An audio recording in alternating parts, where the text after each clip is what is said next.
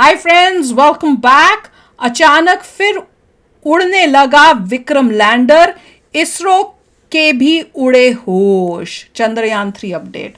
तो ये न्यूज़ तो आपको अब तक पता चली गई होगी कि भैया कैसे वो उड़ा, फिर थोड़ा सा मुड़ा और फिर नीचे उतरा। तो चलो वीडियो शुरू करते हैं। वीडियो शुरू करने से पहले अगर आप चैनल पर नए हो और आपने अभी तक सब्सक्राइब नहीं किया तो जल्दी से पहले सब्सक्राइब के बटन और बेल आइकन को क्लिक कर लो ताकि आपको हमारे सारे न्यू वीडियोस के नोटिफिकेशन मिल जाए जैसे हम अपलोड करें। अगर आपको वीडियो पसंद आता है प्लीज लाइक एंड शेयर। चलिए शुरू करते हैं। अच्छा, और इसकी उन्होंने वीडियो भी इसरो ने रिलीज की है और मुझे लगा था कि शायद रोवर ने खींची होगी लैंडर की ऊपर जाते हुए, चलते हुए और नीचे उतरते हुए, पर अमेजिंग है कि रोवर ने नहीं की, वो लैंडर ने ही अपनी उड़ते हुए और सबकी खींची हुई है, विच इज अमेजिंग। तो चलो शुरू करें। अचानक फिर उड़ने लगा विक्रम लैंडर, इसरो ने कर दिखाया चमत्कार। नमस्कार दोस्तों, इसरो के वैज्ञानिकों को जैसे लत सी लग गई है दुनिया को हैरान करने की, सरप्राइज देने की।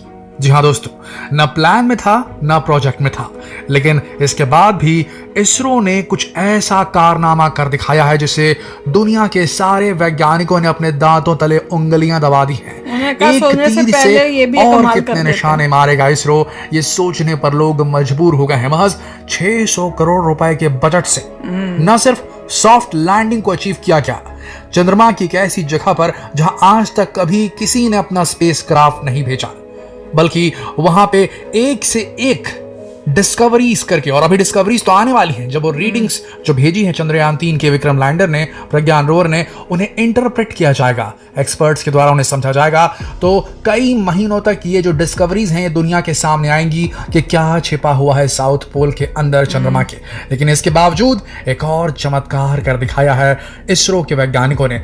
इसी अपैरेटस को यूज करके, चंद्रयान 3 के अपैरेटस को यूज करके, उन्होंने एक सक्सेसफुल मानव मिशन का प्री ट्रायल भी कर दिखाया है दोस्तों। तब सब यही सोच रहे थे कि बैटरी हो जाएगी डिस्चार्ज, और जिस तरीके से इसरो ने कहा था 14 दिन का ये मिशन है, इसके बाद ये सरवाइव नहीं करेगा, करने की गुंजाइश होगी भी तो बेहद कम होगी।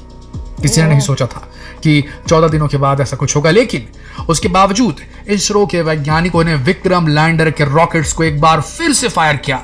वो लैंडर जिसे प्लान किया गया था कि धरती से जाएगा, रॉकेट के अंदर प्रोपल्शन मॉड्यूल के माध्यम से डिटैच होगा और चंद्रमा के साउथ पोल पर लैंड करके वहां खड़ा ही रह जाएगा।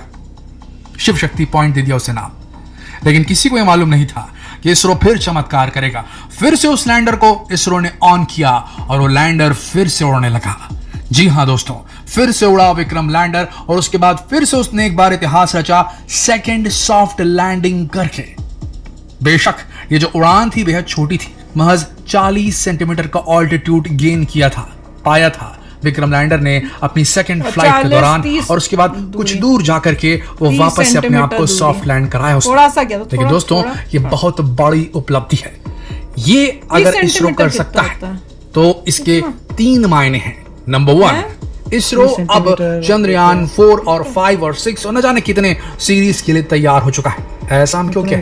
देखिए, हर स्पेस मिशन जो होता है, जो प्रोग्रेस करता है, एक लीनियर फैशन में प्रोग्रेस करता है, एक सीधी लकीर में। पहले सिर्फ ऐसा मिशन भेजा जाता है धरती से किसी भी देश की स्पेस एजेंसी के द्वारा कि वो जाए और चक्कर काट के वापस आ जाए। फिर दूसरा ऐसा मिशन भेजा जाता है जो कि जाए और इंपैक्ट करे जिस प्लैनेट पे जा रहा है, जाके उससे टकरा जाए। तीसरा मिशन ऐसा भेजा जाता है जो जाए और उस पिंड, चाहे वो सैटेलाइट हो, आर्टिफिशियल सैटेलाइट जैसे कि हमारा उपग्रह चंद्रमा, या फिर कोई दूसरा ग्रह, जाए हमारा यान और जाकर के ऑर्बिट करे, चक्कर काटने लगे, सैटेलाइट बन जाए उसका, और उसकी फोटो, तस्वीरें, रीडिंग्स खींच कर धरती पर भेजे जिससे स्टडी करने में मदद मिले। तीसरा मिशन भेजा जाता है कि जाए और जाकर के उसकी सतह पर सॉफ्ट लैंड करे। इस फेज को हमने पूरा कर लिया है। इसके बाद जो अगला फेज आता है स्पेस में प्रोग्रेस करने का, वो ये होता है कि आप यान भेजें जो जाकर वहां सॉफ्ट लैंड करे, फिर वहां की मिट्टी उठाए और उसे लेकर वापस धरती पर आ जाए। तो दोस्तों वो जो वापस आने वाला जो फेज था, उसी का एक ट्रायल एक्सपेरिमेंट चंद्रमा पर रहते हुए एक ही अपैरेटस से एक ही बार में इस्तेमाल कर दिया इसरो के वैज्ञानिकों ने, कर दिखाया। अब इसरो के पास वो समझ, वो टेक्नोलॉजी आ चुकी है जिसका उन्होंने सफल डेमोन्स्ट्रेशन भी किया कि हम वहां पर सॉफ्ट लैंड भी कर सकते हैं और लैंड करने के बाद वापस लिफ्ट ऑफ भी कर सकते हैं। उन्होंने उड़कर दिखा दिया वापस। अगर वो 40 सेंटीमीटर तक उड़ सकते हैं, मतलब उनके पास में वो डेटा मिल गया कि कितनी वहां पर ईंधन को जलाने की जरूरत है रॉकेट्स को कितनी तेजी से वहां फायर करने की जरूरत है और कितना फ्यूल लगेगा एक पर्टिकुलर हाइट तक लैंडर को चंद्रमा की सतह से ऊपर उठाने के लिए। अगर 40 सेंटीमीटर उठाया जा सकता है तो 40 किलोमीटर भी उठाया जा सकता है, 40,000 किलोमीटर भी उठाया जा सकता है और 3,80,000 किलोमीटर भी वापस बुलाया जा सकता है। ये जो डेटा है ये आने वाले जो बोलना चाहिए कि सैंपल रिटर्न मिशन जिसे कहा जाएगा, जहां पर धरती से हम भेजेंगे, यहां से यान सॉफ्ट लैंड करेगा, चंद्रमा की मिट्टी उठाएगा और वापस धरती पर लेके आ जाएगा, उसके लिए एक बहुत बड़ा अचीवमेंट हो गया। दूसरी चीज, हम यहां से मानव भेज सकते हैं, उसके लिए भी हो गया। मानव वहां जाएंगे, वहां उतरेंगे, इसी प्रकार के लैंडर से अपना काम करेंगे, वापस लैंडर में बैठेंगे और वहां से बैठ करके लिफ्ट ऑफ करेंगे, वापस धरती पर पहुंच जाएंगे। तो एक ही मिशन से कई तीर मार दिए हैं इसरो। पहली चीज ये हुई। दूसरी चीज सुनिएगा दोस्तों, हम सब ने हमारे चैनल पर जो वीडियो हमने अपलोड किए हैं उसके माध्यम से भी हमने अवेयरनेस काफी फैलाई है चंद्रयान 3 के लिए। फर्स्ट हैंड इन्फॉर्मेशन देने की पूरी कोशिश की, जिसको आप लोगों ने बहुत सराहा। उस दौरान हमने बताया था कि चंद्रयान 3 जो है उससे सिर्फ आधा किलोमीटर की रेंज है प्रज्ञान रोवर की। अब सोचिए कि एक एक्सपेरिमेंट किया है, सिर्फ 40 सेंटीमीटर तक उठाया है। अपना सारा जो गोल था विक्रम लैंडर को, जो उसको करना था, वो उसने पूरा कर लिया। इसरो ने इस चीज को डिक्लेयर कर दिया कि जिस काम के लिए इसे बना के भेजा गया था वो इसने पूरा कर दिया है। प्रज्ञान रोवर ने भी जो उसको टास्क था, गोल था, वो पूरा कर चुका है। तो अब खोने के लिए कुछ नहीं है इसरो के पास। तो इसरो अगर 40 सेंटीमीटर उठा सकता है तो इसरो उसे उड़ाकर कुछ और फीट भी आगे ले जा सकता है। जी हाँ दोस्तों, 1967 में 1967 में अमेरिका ने भी किया था। अमेरिका ने भी ये हॉप एक्सपेरिमेंट कहा जाता है इसे, हॉप एक्सपेरिमेंट किया था और 12 फीट तक उठाया था अपने लैंडर को। एक बार सॉफ्ट लैंड कराने के बाद उसे थोड़े फीट तक आगे लेकर गया था, फिर नीचे उतारा था, जिससे उसे डेटा मिला था कि जब हम इंसान भेजेंगे, ठीक 2 साल बाद उसने इंसान भेज भी दिए थे 1969 में, इसी डेटा के चलते। और ये काम भारत भी कर सकता है, ये सबसे बड़ी खुशखबरी है। तो उसी तरीके से विक्रम लैंडर को फिर से उठा सकता है इसरो, कि अब उसका काम तो हो चुका, खोने के लिए कुछ नहीं है। उसके अंदर फ्यूल बचा है और जो कि बचा है ऐसा लगता है, तो इसरो के वैज्ञानिक उसे वापस से उठा करके काफी दूर तक ले जा सकते हैं, एक अलग जगह रख सकते हैं। और उसके बाद प्रज्ञान रोवर वहां से एक और आधे किलोमीटर की दूरी तक के, यानी कि उसका रेंज बढ़ जाएगा प्रज्ञान रोवर का, कि हम सब जानते हैं प्रज्ञान रोवर सिर्फ आधे किलोमीटर तक ही कांटेक्ट में रह सकता है चंद्रयान 3 के विक्रम लैंडर के। तो अगर हम इसे उड़ा करके आगे ले गए और उस रेंज में रखा आधे किलोमीटर की दूसरी रेंज में, तो वहां पर प्रज्ञान रोवर एक और आधे किलोमीटर के रेडियस को वहां पर एक्सप्लोर कर सकता है, अगर वो सरवाइव कर गया प्रज्ञान रोवर। जो कि ये जो लूनर नाइट वहां चल रही, 14 दिनों तक वहां रात होने वाली है, हो गई है रात वहां पर, और इसमें तापमान बेहद ज्यादा गिर जाएगा। और उस तापमान को झेलने के बाद अगर बैटरीज बची रही तो फिर से जाग सकता है प्रज्ञान रोवर। फिर से एक बार विक्रम लैंडर और प्रज्ञान रोवर की जोड़ी नया इतिहास रच सकती है, कुछ नई डिस्कवरीज करके दुनिया को हैरान कर सकती है। तो भाई ये तो कमाल है कि अगर जाग गया तो फिर से, अगर तो इसके अंदर फ्यूल हुआ तो वही है कि इसको आगे बढ़ा सकते हैं, आगे लेके जा सकते हैं और रोवर और आगे जाकर भी देख सकता है।